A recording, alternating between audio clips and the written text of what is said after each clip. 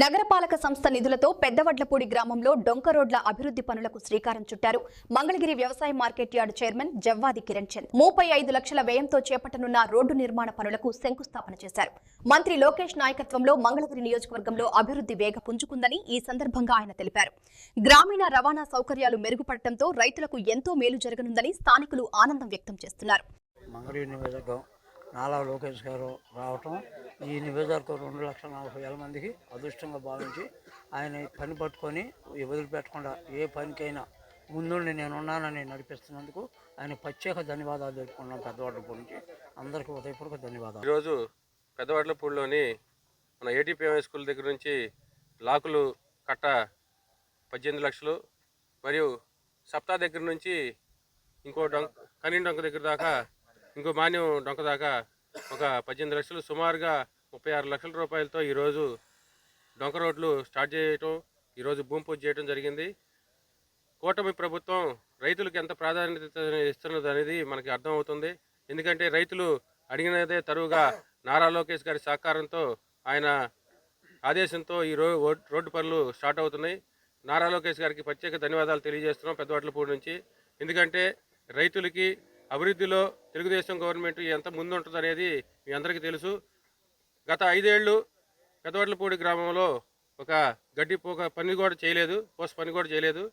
మన కూటమి ప్రభుత్వం వచ్చిన తర్వాత అభివృద్ధి అనేది మీరు చూస్తూ ఉన్నారు. రాబోయే రోజుల్లో కూడా పెద్దవాడ్లపూడి గ్రామంలో అనేక అభివృద్ధి కార్యక్రమాలు చేయడానికి మొత్తం డిపిఆర్ సిద్ధమైన అండర్ గ్రౌండ్ డ్రైనేజీ, వాటరు మరియు ఇతర అభివృద్ధి కమ్యూనిటీ హాల్స్, అన్ని రకాలుగా మసీదులకి ప్రత్యేక శాంక్షన్స్ కూడా ఇవ్వడానికి ప్రిపేర్ చేస్తున్నారు.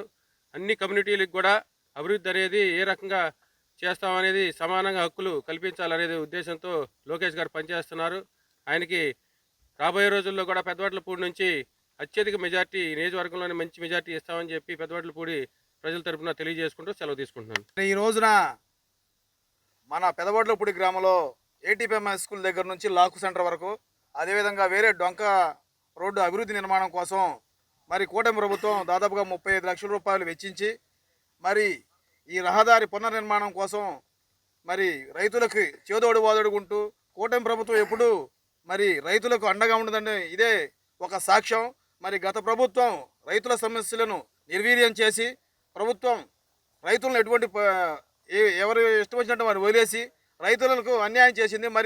మరి లోకేష్ గారి చొరవతో ఈ కూటమి ప్రభుత్వం రైతులకు వెన్నంటే ఉంటూ వారి సమస్యను నా సమస్యగా భావించే లోకేష్ గారు ప్రతి ఒక్క విషయంలో రైతులకు, అదేవిధంగా మన మార్కెట్ యార్డ్ చైర్మన్ గారి సహకారంతో ఈ గ్రామంలో పలు రోడ్ల అభివృద్ధికి శంకుస్థాపన చేయడం ఒక మహర్దశగా ఆనందిస్తూ మరి అవకాశం ఇచ్చినటువంటి పెద్దలకు నమస్కారాలు తెలియజేస్తున్నాను.